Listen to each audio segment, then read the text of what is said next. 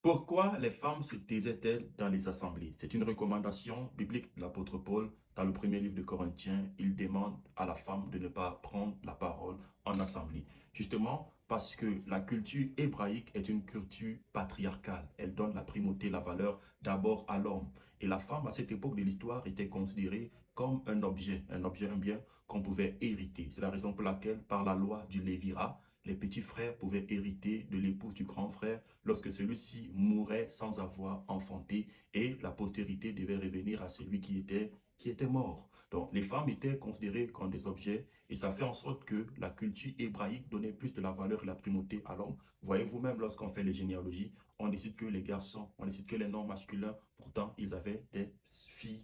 Je vous demande, quel était le nom des enfants de Adam et Ève, des filles? On ne connaît que le nom de Caïn, le nom d'Abel et le nom de Seth. Pourtant, la Bible déclare, ils eurent des fils et des filles. On n'a aucun nom des filles d'Adam, on n'a aucun nom des filles de Seth, on n'a aucun nom des filles d'Enoch, etc. Pas même des fils de Noé, on ne trouve rien. Donc vous comprenez, la mentalité, la culture faisait passer d'abord l'homme. Ils sont les hommes qui passaient la peine et le temps à s'instruire de la loi, à suivre la loi, à apprendre la loi et à transmettre la loi dans leur famille. Ils étaient, en d'autres termes, des sacrificateurs, entre guillemets, de leur famille, où ils inculquaient des valeurs à leurs épouses et à leurs enfants. Et la femme, maintenant, après avoir appris auprès de l'homme, devrait inculquer cela aux enfants. Et maintenant, on se retrouve où la foi est venue, il faut prêcher l'évangile et il faut d'abord bien comprendre l'ancienne alliance, l'Ancien Testament, afin de pouvoir mieux comprendre la nouvelle alliance. Et c'est pourquoi l'apôtre Paul, lorsqu'il prêchait aux Juifs, se basait d'abord sur les histoires, se basait sur les cultures et il ressortait les références bibliques de l'Ancien Testament pour les prouver combien de fois ce qui était écrit était accompli en Jésus-Christ. Alors maintenant, parmi les femmes qui avaient cru, il y avait celles qui se trouvaient un peu perdues dans les histoires des Écritures,